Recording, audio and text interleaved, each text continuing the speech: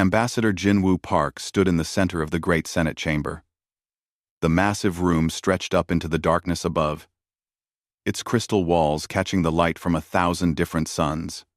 Around him, representatives from 847 species watched from their floating platforms. Some had tentacles, others had wings, and many looked nothing like any creature from Earth. Jinwoo had been preparing for this moment for 3 years.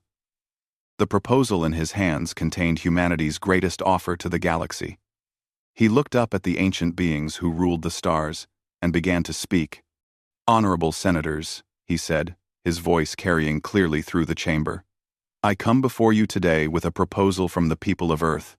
We call it the Sanctuary Protocol." Senator Vexthara, a tall being with silver skin and 4 arms, leaned forward on her platform. Her species, the Korthani, had ruled space for 50,000 years. She had seen 100 younger races rise and fall. Jinwoo continued. "The galaxy has many species in danger. Some face extinction from disease. Others lose their homes to war or natural disasters. Young civilizations struggle to survive their first steps into space. We propose to help them all." He activated a hologram that showed the plan in detail. "Earth offers 40% of our industrial capacity to build safe zones for endangered species. We will send millions of volunteers to help failing colonies. We will share our technology and knowledge freely. We will create emergency response teams to help anywhere in the galaxy." The proposal was massive. It would turn Earth into the galaxy's helping hand. Humans would build hospitals on distant worlds, teach farming to struggling colonies, and rescue refugees from wars they had no part in starting. "We have studied each crisis carefully," Jinwoo said. "The plague affecting the Zephyrian worlds could be stopped with our medical knowledge. The trade disputes in the Outer Rim could be solved with our negotiation methods. The starving colonies near the galactic edge could be fed with our agricultural systems." As he spoke, some of the senators began to whisper to each other. Jinwoo noticed, but continued explaining the plan. The Sanctuary Protocol would create a network of safe worlds where any species could find help. It would cost Earth enormous resources, but humanity believed it was the right thing to do. "We ask for nothing in return," Jinwoo said. "No territory, no special trading rights, no political power. We simply want to help make the galaxy a better place for everyone." The whispers grew louder. Senator Vexthara raised one of her 4 hands, and the chamber fell silent. "Ambassador Park," she said, her voice carrying a note of amusement. 200 years, Senator," Jinwoo replied. 200 years, Vexthara repeated, and Jinwoo heard something that made his stomach tighten. She was trying not to laugh. And in these 200 years, what great achievements has humanity accomplished? Jinwoo kept his voice steady. "We have participated in 23 rescue missions. We helped end the Rigel conflict through peaceful negotiations. We contributed to the cure for the Red Death plague that saved millions of lives across 12 systems." "Yes, yes," Vexthara said, waving a hand dismissively. "Small things. Helper tasks. But tell me, young ambassador, what makes you think your infant species can teach the rest of us about civilization?" A ripple of laughter started somewhere in the upper levels of the chamber. The crystalline vortex, who communicated through light patterns, began flashing in what Jinwoo had learned was their version of giggling. The energy beings called Luminians pulsed with colors that meant amusement. Chancellor Mordain, the oldest being in the chamber, spoke from his place at the highest platform. His species, the Ethereals, had been exploring space when Earth was still covered in ice. "Ambassador Park," he said, his ancient voice echoing strangely. "Your proposal is very touching. It shows such wonderful innocence." More laughter rippled through the chamber. Jinwoo felt heat rise in his cheeks, but he kept his expression calm. "Perhaps," Chancellor Mordain continued, "your species does not understand how the galaxy works. We have been managing these problems for millions of years. What could a race that still uses metal ships and chemical fuel possibly teach us? The laughter was spreading now. Senator Brixtall, whose people looked like living stone, made a grinding noise that passed for chuckling among his kind. Do they really think their emotional attachments to helping others is something new? How charmingly primitive. Ever. Maybe we should give them a small planet to practice on, suggested Senator Quilera, her feathers ruffling with mirth. Let them play at being saviors where they cannot cause real damage. Jinwoo stood perfectly still as the laughter grew louder. The sound echoed off the crystal walls and seemed to come from everywhere at once. Some senators were not even trying to hide their amusement anymore. They pointed at him and made jokes in languages he could not understand. But their meaning was clear.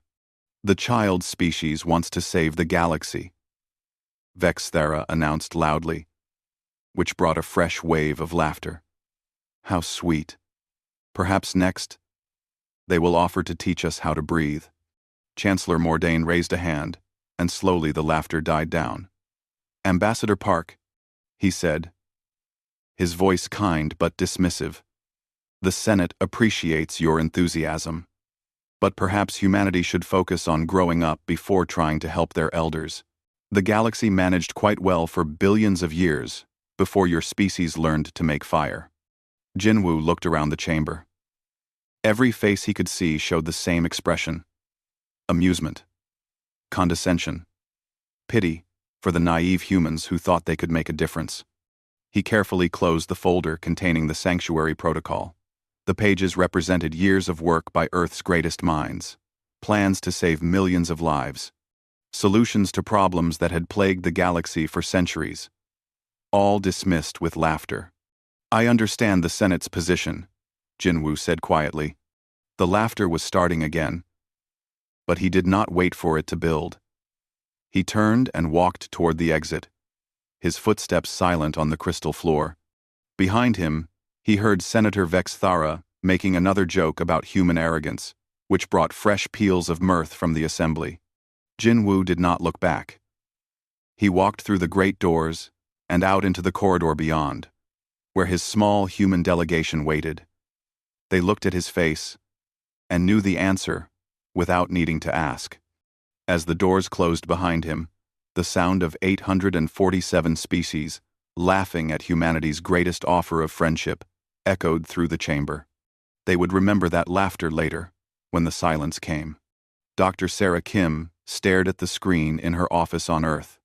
The numbers made no sense at first.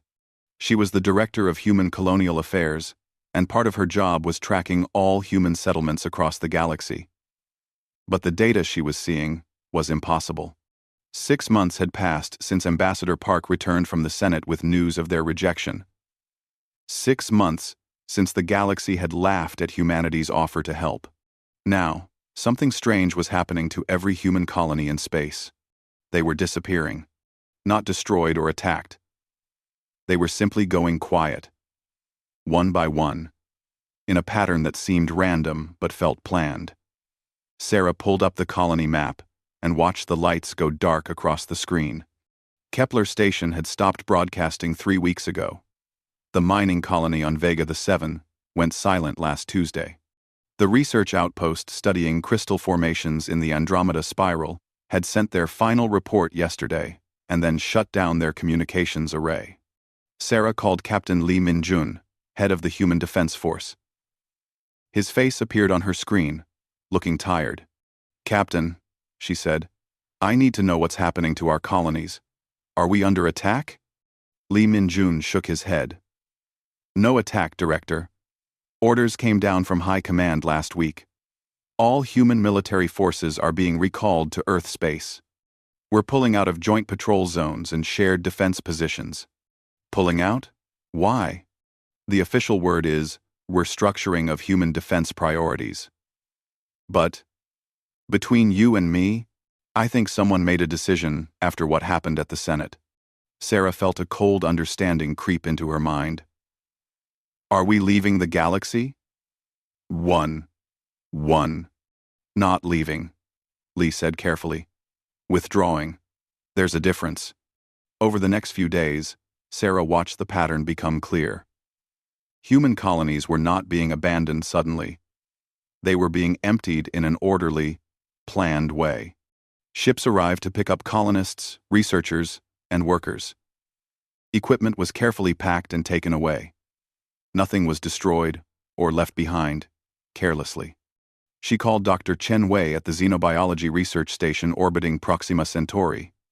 Chen had been studying alien plant diseases for 15 years, work that helped feed colonies across 3 sectors.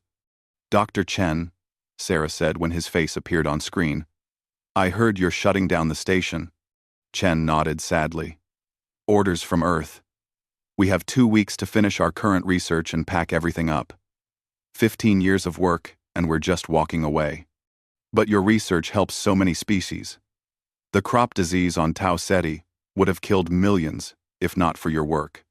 "I know," Chen said, "but apparently our help is not wanted." The Senate made that very clear. Chen. Sarah called colony after colony and heard the same story everywhere.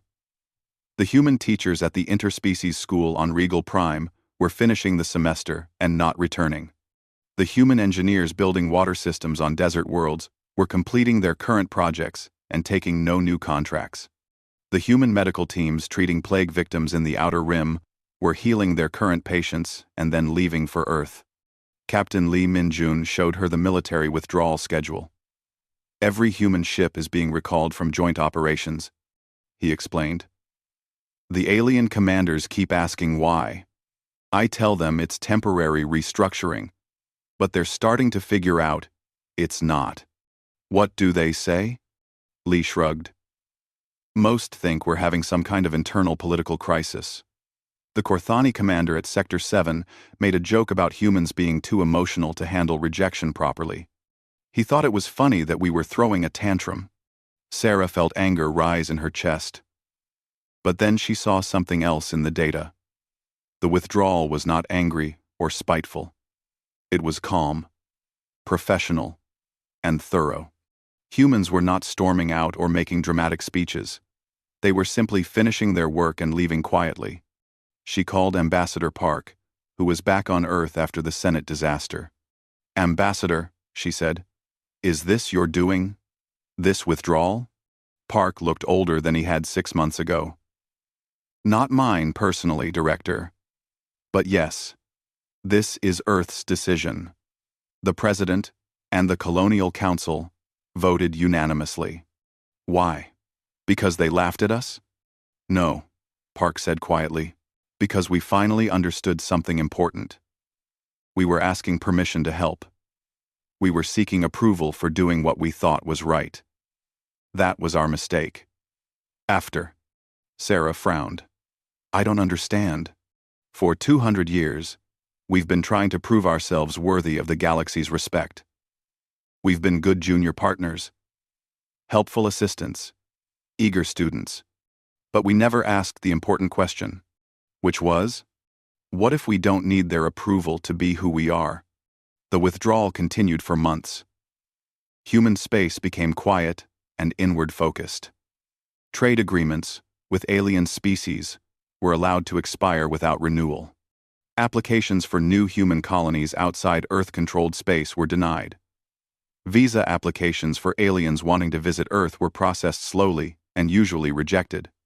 The galaxy began to notice. At first, alien officials assumed humans were having internal problems. They expected angry demands or dramatic protests about the Senate's treatment. Instead, they got polite messages saying that humans were focusing on internal development and would not be available for external commitments.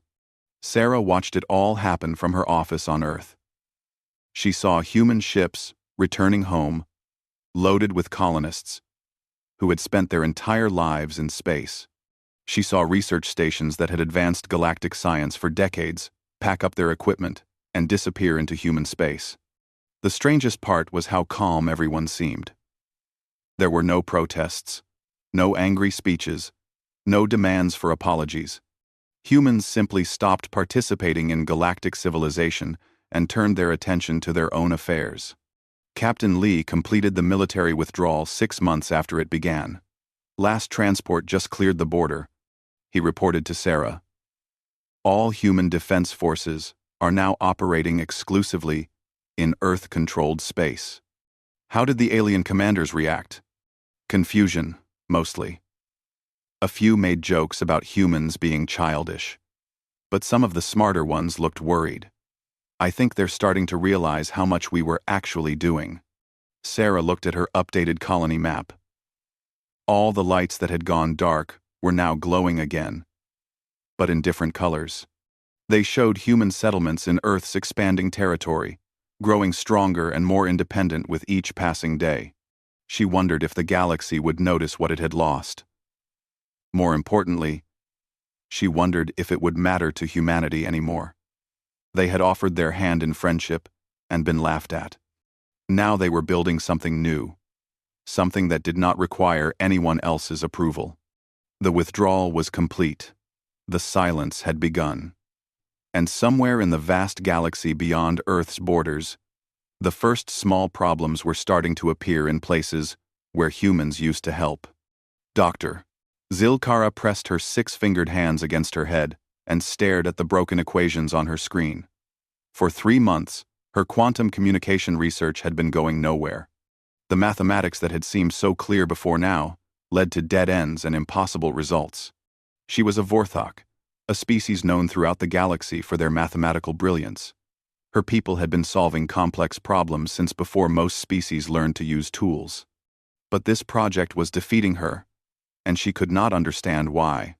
The breakthrough had been so close 1 year ago. Her team was working on a communication system that could send messages instantly across the galaxy. No more waiting months for signals to travel between distant stars. The discovery would change everything. But then something had happened to the database. The advanced algorithms they had been using were no longer accessible. The mathematical models that formed the foundation of their work had simply vanished from the Galactic Research Network. Zilkara called her research assistant. Torvik. Where did those quantum resonance equations come from originally? The ones we used for the base calculations? Torvik, a young Vorthak with promising mathematical skills, checked his records. They came from the Human Research Collective, Dr. Zilkara. Specifically, from Dr. Anna Kim at Stanford University on Earth. The equations were part of their open-source scientific database. And why can we not access them now? The human database has been closed to outside access. All their research facilities have stopped sharing data with the Galactic Network. The humans withdrew from all joint scientific projects about 8 months ago. Zilkara felt a chill run down her spine. She had not paid much attention to galactic politics, but she remembered hearing something about humans making some ridiculous proposal to the Senate. There had been laughter about their naive ideas. She tried to contact Dr. Kim directly, but her messages bounced back with a polite, automated response, saying that human researchers were no longer accepting communications from non-Earth sources. Across the galaxy, similar discoveries were being made in hundreds of research facilities. Trade Minister Keltos of the Moralian Confederation stared at the shipping reports with growing horror. Cargo deliveries across his territory were running 30% behind schedule. Some shipments were getting lost entirely. Others were arriving at the wrong destinations. What is causing this disaster? He demanded from his logistics coordinator. The management system has been failing, Minister. The coordinator replied nervously. The computers that route our cargo shipments are no longer receiving updates. The software is breaking down. Then get new software. That is the problem, sir. The software was designed by human companies. All the updates and technical support came from Earth. When the humans stopped participating in galactic commerce, they stopped maintaining the systems we rely on. Keltos felt sick. His people had always prided themselves on their trading skills, but it turned out their success depended on human-made tools they had taken for granted. Without the sophisticated routing algorithms, his ships were flying blind through the complex web of galactic trade routes. He was not alone in his suffering. Reports were coming in from across the galaxy, about systems failing, projects stalling, and problems that no one had noticed before. The Healers Guild on Sanctuary Station faced their own crisis when they discovered that their disease prediction models had stopped working. The models had been preventing epidemics for decades by identifying potential outbreaks before they could spread. Without them, 3 minor diseases had already grown into serious problems. The trail led back to human medical researchers who had quietly contributed to the models for 50 years. Their data about disease patterns, collected from hundreds of different species, had been the foundation that made the predictions possible. On Kepler Prime, the interspecies school that had been a model for education across the galaxy was falling apart. Children from different species had stopped getting along. Test scores were dropping. Teachers reported that students seemed unhappy and stressed. Principal Varthes, a patient Centaurian who had run the school for 20 years, tried to understand what had changed. Then she realized. The human counselors were gone. For decades, human social workers had quietly helped alien children adjust to learning alongside species very different from themselves. They had prevented bullying, solved conflicts, and helped shy students make friends. Without them, the school was becoming a place of tension instead of learning. Similar patterns appeared everywhere humans had worked. The refugee camps in the neutral zone, where displaced people waited for new homes, became places of despair and conflict after the human aid workers left. The diplomatic missions that had prevented dozens of small wars were falling apart without human negotiators who specialized in finding peaceful solutions. Senator Vex Thara received her first crisis report 18 months after the humans had withdrawn. Her aide, a nervous young Korthani named Zexval, brought her a data tablet filled with concerning information. "Senator," he said carefully, "there appears to be an increase in various problems across the galaxy. Trade disruptions, communication failures, research project cancellations, diplomatic incidents." Vex Thara barely looked up from her other work. "These things happen. Zexval. The galaxy is a complicated place." "Yes, Senator, but the pattern is unusual. Many of these problems seem to trace back to the withdrawal of human participation in galactic affairs." "Impossible," Vex Thara said dismissively. "Humans have only been in space for 2 centuries. They are barely civilized. Their absence cannot be causing significant problems." But the reports kept coming. A plague on the outer rim worlds that should have been contained quickly was spreading because the early warning system had depended on human medical data. A war between 2 minor species that should have been stopped through negotiation was escalating because the human diplomats who specialized in such conflicts were no longer available. Most disturbing were the reports about suicide rates among isolated colonists. For decades, the rates had been manageable thanks to support programs that most people never thought about. Now the numbers were climbing sharply. Investigations showed that human social workers had been running most of these programs, quietly preventing tragedies through early intervention and emotional support. The galaxy was discovering that civilization was more fragile than anyone had realized. The complex systems that kept billions of beings fed, healthy, and peaceful depended on thousands of small contributions that had been invisible until they disappeared. Dr. Zilkara abandoned her quantum communication project after 6 months of failures. Without the Human Research Foundation, the work was impossible. Trade Minister Keltos watched his confederation's economy shrink as shipping continued to fail. Principal Varthes closed 3 schools as interspecies tensions made education impossible. And across the galaxy, species that had laughed at human naivety began to understand that the quiet, emotional beings had been holding their civilization together in ways they had never imagined.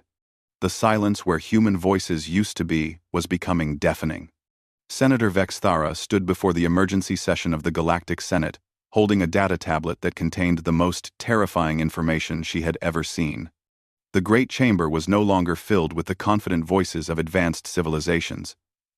Instead, angry shouts and desperate pleas echoed off the crystal walls. "Order!" Chancellor Mordain called from his elevated platform. but his ancient voice sounded weak and tired. Senator Vexthara has called this emergency session. Let her speak. Vexthara looked around at the assembled representatives. 2 years had passed since they had laughed at the human proposal. 2 years since Ambassador Park had walked out in silence. Now the chamber felt like a different place entirely. Honorable senators, she began, her voice heavy with a burden she had never expected to carry. I must report on the state of our galactic civilization. The numbers I am about to share will be difficult to accept. She activated the holographic display, and statistics filled the air above the chamber floor. The senators fell silent as they read the data. In the past 24 months, we have experienced the failure of 67 major systems that keep our civilization functioning. Trade efficiency has dropped by 45% across all sectors. Scientific research has stalled or failed in over 200 critical areas. Diplomatic incidents that should have been resolved quickly have escalated into 12 active conflicts. Senator Brixthal, the stone-like being who had laughed loudest at human emotion, interrupted. These are temporary problems. Vexthara. Economic cycles happen. Research has always had ups and downs. No, Vexthara said firmly. These are not temporary problems. They are the direct result of human withdrawal from galactic society. The chamber erupted in angry voices. Several senators shouted that she was being ridiculous. Others demanded to know how such a young species could be so important to galactic civilization. Chancellor Mordain raised his hand for silence. Continue. Senator. Vexthara touched the tablet, and new information appeared. The Analysis Bureau has completed a comprehensive study. They found that humans were directly involved in 78% of successful charitable operations across the galaxy. They designed or improved 45% of the software systems we use for trade, communication, and resource management. They provided 67% of the successful diplomatic solutions to conflicts in the past 50 years. The silence that followed was different from the laughter of 2 years before. This was the silence of shock and growing fear. Furthermore, Vexthara continued, human participation was the foundation for most of our social support systems. The programs that prevent suicides among isolated colonists, that help refugees adjust to new homes, that teach children from different species to live together peacefully. These were not run by ancient civilizations with millions of years of experience. They were run by humans. Senator Quilara, whose feathers had ruffled with mirth 2 years ago, now spoke in a small voice. But how is that possible? They are so young, so primitive in their emotional attachments.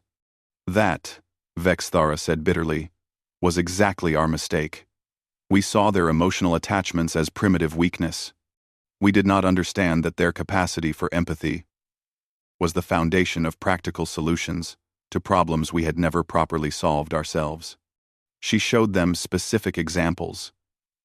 The Kindari rescue missions that had saved thousands of beings every year were entirely human operations, funded by human governments and staffed by human volunteers. The Deep Space Early Warning System that prevented accidents and disasters was designed by human engineers and maintained by human technicians. The Interspecies Adoption Program that helped orphaned children find families across species lines was managed by human social workers who understood how to build connections across differences. Every system that made our galaxy more civilized, Vexthara said, had human involvement, not as leaders seeking glory, but as workers doing necessary jobs that the rest of us were too proud or too logical to handle properly. The chamber was completely quiet now. Senators who had ruled space for millions of years were discovering that their civilization had been held together by the species they had dismissed as children. Chancellor Mordain spoke slowly. What is the current situation in human space? Vexthara consulted her tablet. Earth has completely closed its borders to non-essential travel. They have stopped accepting diplomatic communications from galactic governments. Their colonies in Earth-controlled space are thriving, but they have no presence beyond their own territory. They appear to be developing independently, with no interest in rejoining galactic society. They're about with Prown.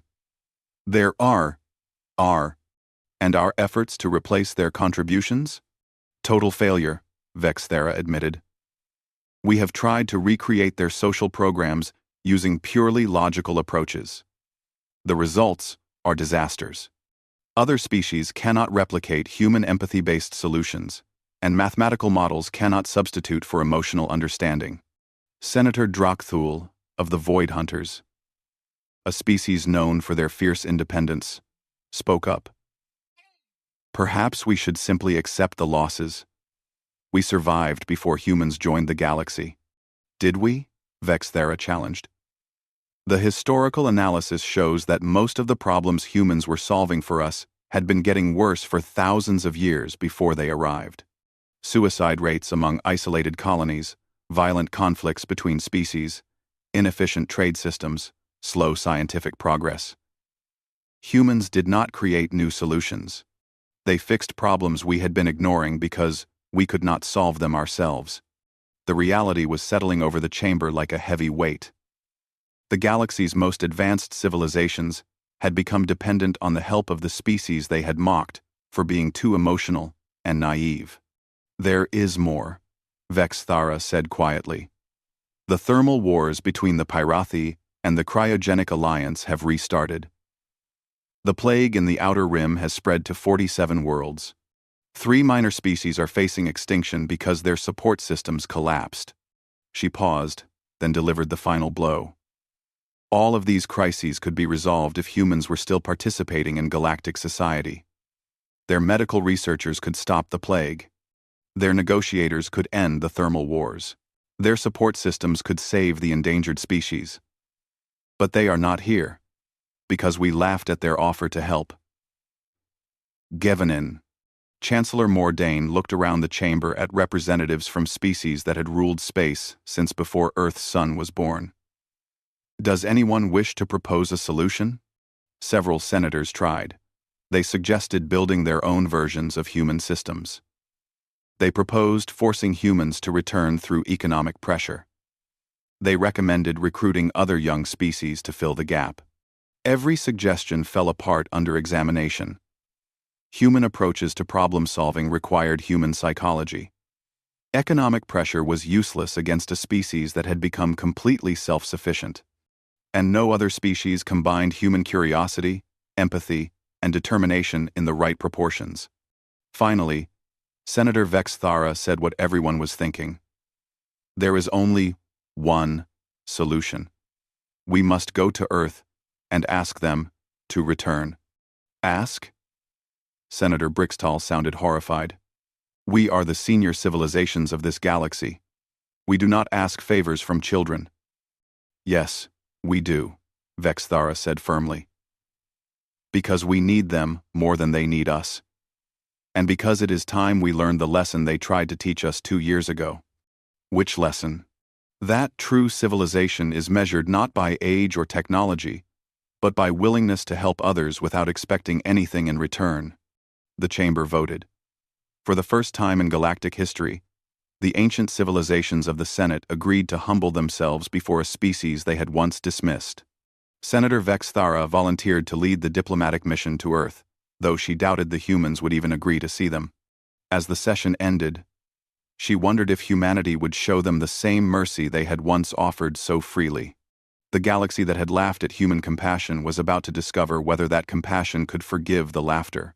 Senator Vexthara stood in the simple meeting room aboard Earth's orbital station, feeling smaller than she had ever felt in her long life. The room was plain white with basic furniture, nothing like the grand chambers where galactic diplomacy usually happened. Through the window, she could see Earth spinning slowly below. Blue and green and beautiful. Ambassador Jinwoo Park entered the room, and Vexthara was shocked by how much he had aged. His hair was gray now, and lines marked his face. But his eyes were calm and steady as he took a seat across from her small diplomatic party. Senator Vexthara, he said politely, welcome to Earth space. How may we help you? The simple courtesy in his voice made what she had to do even harder. This man had stood before the Senate 2 years ago and offered humanity's greatest gift to the galaxy. In return, she had led the laughter that drove him away. "Ambassador Park," she began, then stopped. The words she had prepared suddenly seemed inadequate. "I have come to apologize." Park raised an eyebrow but said nothing.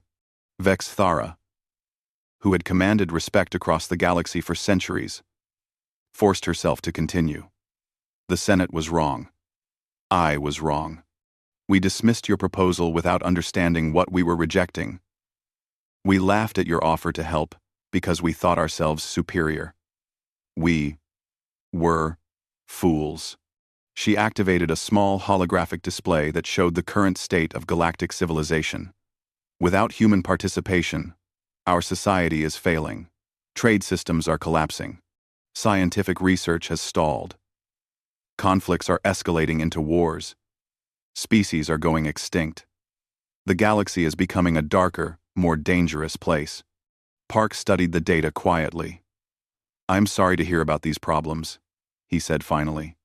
"We need humanity's help," Vex Thara said, the words tasting bitter in her mouth. "The Senate has authorized me to offer you anything you want. Leadership positions, territory, technology sharing, trade advantages. Name your price for returning to galactic society." Park was silent for a long moment, looking out at Earth below. When he spoke, his voice was thoughtful. "Senator, may I tell you what humanity learned during our time in isolation?"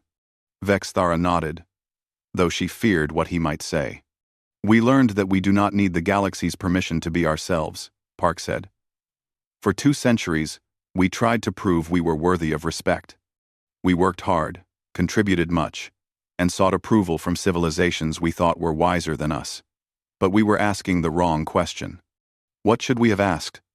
We should have asked whether the galaxy's approval mattered at all." Before Vex Thara could respond, the door opened, and another human entered. She was middle-aged, with kind eyes and graying hair. The Park stood respectfully. "Senator Vex Thara," he said. "May I present President Chen He-jin of Earth." The President of Humanity sat down and looked directly at Vex Thara. "Senator, I understand you have come to ask us to return to galactic society." "Yes, Madam President. The galaxy needs human help." "Oh, and what makes you think we will provide it?" The question was asked gently, but it cut deeply.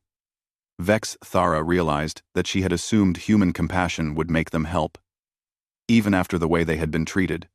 "Because," Vex Thara said slowly, "you are better people than we are." President Chen smiled sadly. "We are not better, Senator. We are just different. But you are right that we will help." Hope flared in Vex Thara's chest, but the President continued. "However, we will not return as junior members seeking your approval. We will not rejoin the Senate as supplicants grateful for a seat at your table.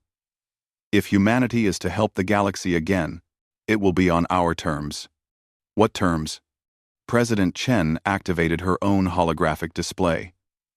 It showed the sanctuary protocol that Ambassador Park had proposed 2 years ago. "This plan will be implemented exactly as originally designed. Human oversight, human management, human values. The Senate will have no authority to modify or interfere with our operations." Vex Thara stared at the plan. It was even more comprehensive than before, covering dozens of crisis areas that had emerged during the human absence. "Furthermore," the President continued, "humanity will not rejoin the Senate as a member seeking votes and influence. We will participate as an independent ally, helping when and how we choose. You will have no power to command or control our actions. But the Senate has authority over all galactic civilization," Vex Thara protested weakly. "Not over us," President Chen said firmly. "We tried being part of your system. You rejected our contribution. Now we will help on our own terms, or not at all." Ambassador Park leaned forward. "Senator, let me be clear about what we are offering. Human medical teams will return to plague zones, but they will report to Earth, not the Senate. Human negotiators will help end conflicts, but they will work independently of galactic politics. Human aid workers will save lives and rebuild communities. But they will do so because it is right, not because you approve. The terms were harder than anything Vex Thera had expected, but as she thought about the dying galaxy beyond Earth's borders, she realized humanity held all the power in this negotiation. "I must consult with the Senate," she said. "Of course," President Chen replied. "Take all the time you need. The galaxy's problems will wait for your decision." 3 days later, Vex Thara received the Senate's answer. Faced with the choice between accepting human independence or watching galactic civilization collapse, they chose survival over pride. The human return began slowly. Medical ships departed Earth for plague zones, carrying doctors who worked under human authority. Negotiation teams traveled to war zones, representing human values rather than Senate policies. Aid workers spread across the galaxy, helping whoever needed help without asking permission from anyone. But the humans were different now. They were confident, self-directed, and uninterested in galactic politics. They helped because they chose to help, not because they sought approval or friendship. 6 months later, Ambassador Park addressed the Galactic Senate for the first time in 3 years. The chamber was silent as he spoke, no longer filled with laughter or dismissive whispers. "Honorable Senators," he said, his voice carrying clearly through the crystal halls. "Humanity is pleased to report that the Outer Rim Plague has been contained. The thermal wars have ended through successful negotiation. 43 endangered species have been moved to safe sanctuary worlds. Trade efficiency has improved by 60% with the restoration of our management systems." He paused, looking around at faces that now showed respect instead of amusement. "These accomplishments were achieved not because humanity sought your approval, but because we believe helping others is the right thing to do. We hope to continue this work for as long as it is needed." The applause that followed was respectful, almost reverent, but Park noticed that it lacked the warmth of true friendship. The relationship between humanity and the galaxy had changed forever. They were partners now, not family. As he left the chamber, Park reflected on what had been lost and gained. Humanity had proven its worth, but at the cost of innocence. They would help the galaxy, but they would never again offer their hearts so freely to those who might mock their compassion. The galaxy was safer now, more prosperous, more peaceful, but it would never again hear human laughter echoing through the Senate halls. Because humans had learned that some gifts are too precious to risk to those who do not understand their value. The silence that had once marked humanity's departure had been replaced by respect. But Park sometimes missed the days when they had offered friendship instead of just professional assistance. The galaxy had gained humanity's help, but lost something far more precious: the chance to earn humanity's trust and love. In the end, both sides got exactly what they had chosen. The galaxy received the help it desperately needed, and humanity learned that they were strong enough to stand alone, even while choosing to serve others.